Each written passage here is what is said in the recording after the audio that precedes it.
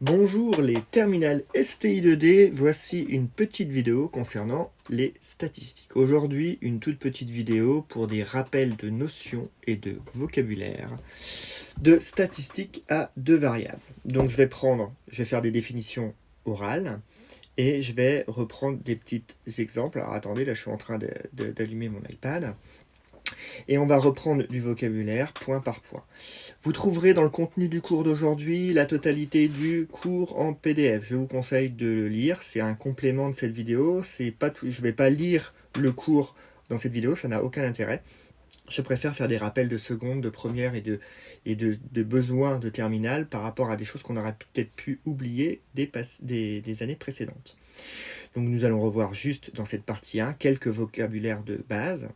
Et comme ça, ensuite, dans la partie 2, qui viendra en fin de semaine, nous parlerons de calcul et de détermination, d'écart type, de variance, de choses un tout petit peu plus compliquées, qui se font à la main à l'aide d'un tableau, et qui se font encore plus facilement à la main en appuyant sur des touches avec une calculatrice graphique. Je vous conseille sincèrement d'avoir une calculatrice graphique pour faire ce genre de choses.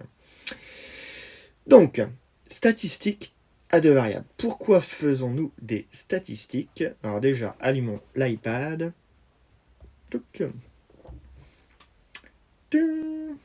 Les statistiques, c'est pour interpréter tout ce qui nous entoure. On essaye de chiffrer et de se poser des questions sur des notions de gestion, d'individus, de population, d'échantillonnage.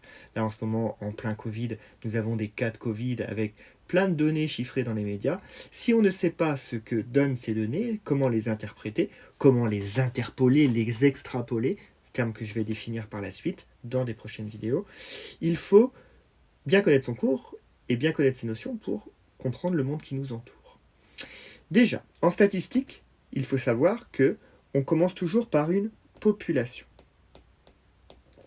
La population, c'est ce qui correspond à l'univers en probabilité, c'est l'ensemble des personnes sur lesquelles on travaille. Donc ça, c'est ce qu'on appelle la population.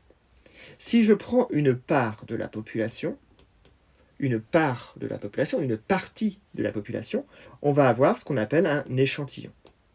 Parce que parfois, il est plus facile de travailler sur un échantillon que de travailler sur la totalité de la population, parce que l'échantillon est peut-être plus parlant si, par exemple, nous éliminons les valeurs extrêmes. Par exemple, lorsqu'on parle de santé, on essaye de voir sur la population moyenne entre 20 et 60 ans, parce qu'on sait très bien que les enfants de l'adolescence, même jusqu'au nouveau-né, et les vieux, les plus âgés, les seniors à partir de 65 ans, n'ont pas forcément les mêmes réactions à une maladie, à un médicament, à une gestion de différentes choses. Donc c'est pour ça, parfois on prend un échantillon, on étudie dessus. Donc population, le global, l'échantillon, une partie. Et à l'intérieur de ces échantillons, il y a ce qu'on appelle l'individu. C'est le cas individuel. Individu individuel. Donc un pion dans une partie qui est l'échantillon, et après on a une population. Quand on parle de statistiques, toutes les données statistiques sur lesquelles on travaille sont représentées sous forme d'un tableau souvent. Et un tableau que l'on... Alors ce tableau, on peut le mettre avec que deux lignes et on ajoutera des lignes petit à petit. Donc évidemment, ce tableau, c'est ce qu'on appelle la série statistique. C'est ça qu'on appelle la série statistique. La série statistique, c'est l'ensemble des données qui sont représentées par un tableau. C'est ce qu'on a relevé en posant des questions, en analysant des documents. Souvent, on étudie ce qu'on appelle un caractère. Et un caractère, il est noté XI. XI en indice, le I en indice, ça nous donne la place de ce caractère dans le rang. Il peut avoir plusieurs places. X1, c'est celui qui a la place 1. X2, c'est celui qui a la place 2. X3, c'est juste une étiquette. Et N, c'est pour les effectifs. On met un grand N pour le total des effectifs, la somme, et NI, c'est celui qui est rangé à la case I, à la ième case. Donc le X1 va avec le N1, ça veut dire que le caractère qui est à la classe 1 a pour effectif comme nombre de personnes N1, et ainsi de suite. X2, le caractère 2, a pour nombre d'effectifs N2, et ainsi de suite. Et N1 plus N2 plus 3 points jusqu'à NP, c'est la somme des petit n, la somme des effectifs, ça devient un grand N, effectif total. Alors ce fameux grand N, pourquoi on n'écrit pas N1 plus N2 plus N3 plus jusqu'à NP? Parce que c'est un peu trop long, donc on utilise le sigma grec, c'est la somme des NI. Alors souvent on met 1 pour un I allant de 1 jusqu'à P, ça veut dire que pour tous les caractères qui existent entre 1 et P. Évidemment on ira de 1 à 4, par exemple on fera N1 plus N2 plus N3 plus N4, s'il n'y avait que 4 caractères. Mais si on a plus de 4 caractères, on ajoute, c'est pour ça que ça va jusqu'au PIM. Donc le sigma, il ne faut pas en avoir peur du sigma, c'est parce qu'on a la flemme d'écrire une grande ligne de calcul avec des plus, et on sait que ça marche toujours pareil, c'est une somme. Donc vous voyez dans mon tableau, il y a x1, n1, donc n2, x2, x3, n3, on pourrait mettre 3 petits points, et jusqu'à xp, le PIM caractère, et np, l'effectif correspondant. Bon, à l'aide de cette série de statistiques, on peut avoir plein d'informations importantes. Alors, je vais reparler de choses de base. L'étendue. Alors, l'étendue, c'est ce qu'on appelle un phénomène de dispersion. En gros, c'est la différence, donc une soustraction, entre le caractère le plus grand et le caractère le plus petit. Attention, ce n'est pas les effectifs, c'est le caractère, donc c'est les x. Par exemple, si l'étendue pour un devoir d'un prof de maths comme moi, si l'étendue d'un devoir est 18, ça veut dire que la note la plus haute peut être 20 et la note la plus basse peut être 2, parce que 20 moins 2 égale 18. Ça peut être aussi la note la plus haute 18 et la note la plus basse 0, parce que 18 moins 0 égale aussi 18. L'étendue, en gros, c'est un phénomène de dispersion, c'est pour voir la population s'échelonne dans le caractère de combien à combien, donc c'est pour avoir la taille.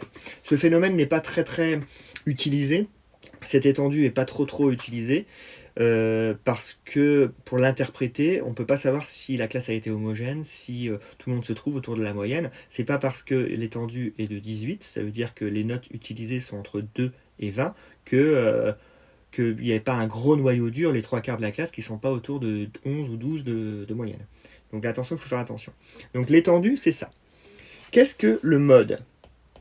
Le mode, c'est le caractère encore, mais c'est le caractère qui possède le plus gros effectif. Donc par exemple, si dans une classe de 20 élèves, on a un tableau avec cette série statistique avec les caractères qui sont les notes et les NI qui sont les effectifs.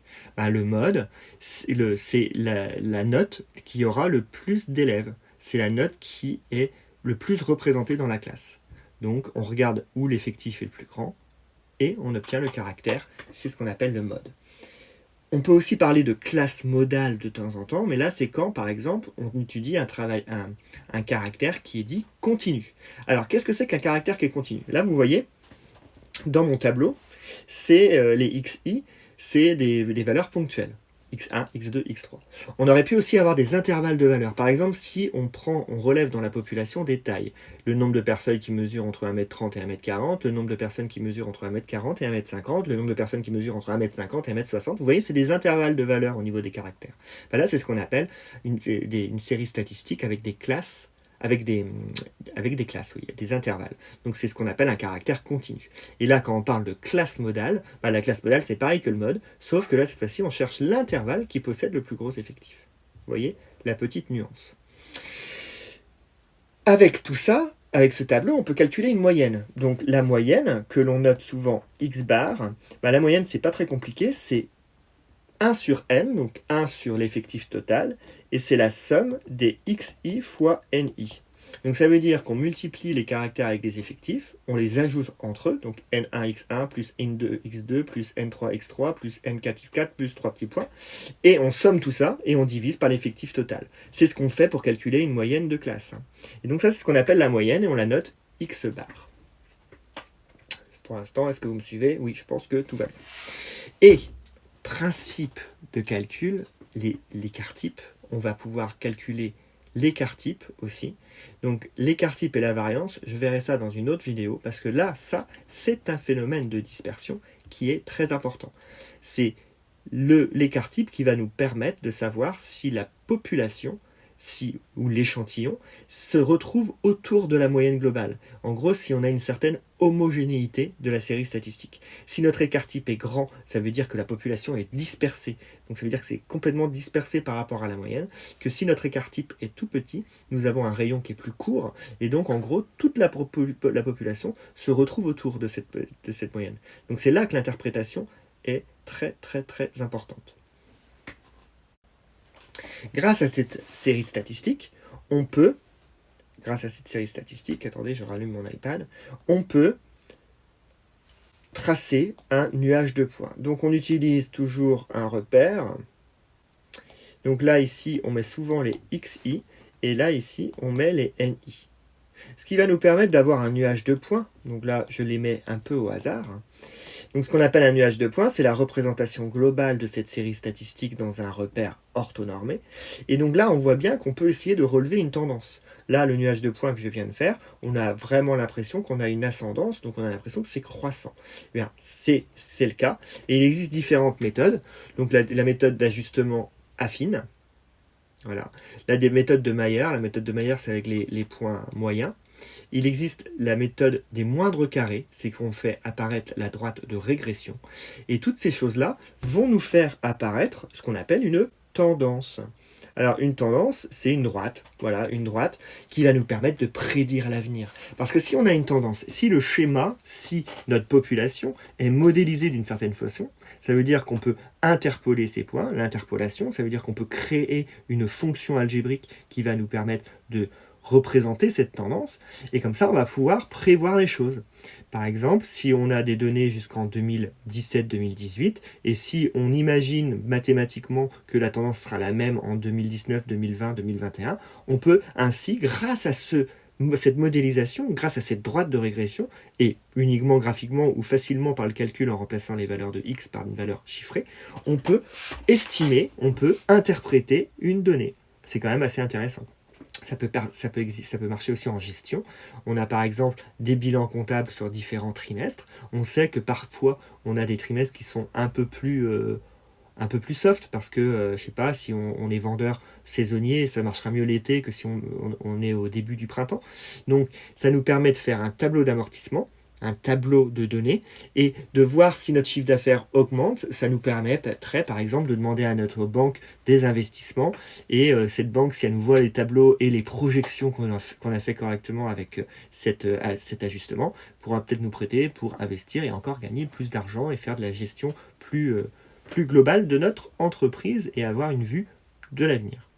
Voilà. Bon, je pense que la vidéo est beaucoup trop grosse pour aujourd'hui. Là en plus, j'ai parlé que de termes de mode, de classe modale, d'étendue, de moyenne, de série statistique, population, individu, échantillonnage. J'ai parlé vaguement d'écart type et de variance. Ça, c'est global. La variance va nous servir à calculer l'écart type parce que l'écart type, c'est la racine carrée de la variance. Vous verrez que pour le calcul, c'est un petit peu redondant et compliqué. Il faut rajouter des lignes petit à petit et être sérieux. Utiliser sa calculatrice, élever la ligne au carré, ajouter la ligne gna gna gna gna. On verra ça plus tard dans une vidéo, vraiment juste pour la variance et l'écart type. Ça, il faut juste suivre les méthodes. Même si je conseille vivement d'avoir une calculatrice graphique, parce que dans cette calculatrice graphique, on peut rentrer directement le tableau et en appuyant sur 2-3 boutons, on a directement la variance, l'écart type, la droite de régression et même la représentation graphique. Donc pour ceux qui n'auraient pas de calculatrice et qui ont des futurs examens en statistique, il faut absolument s'en procurer une rapidement, s'il vous plaît. Donc voilà pour aujourd'hui. C'était plutôt bateau. Et je vous dis à très bientôt. Et je vous prépare ça avec des exemples chiffrés. À très bientôt. Et mettez-vous au travail.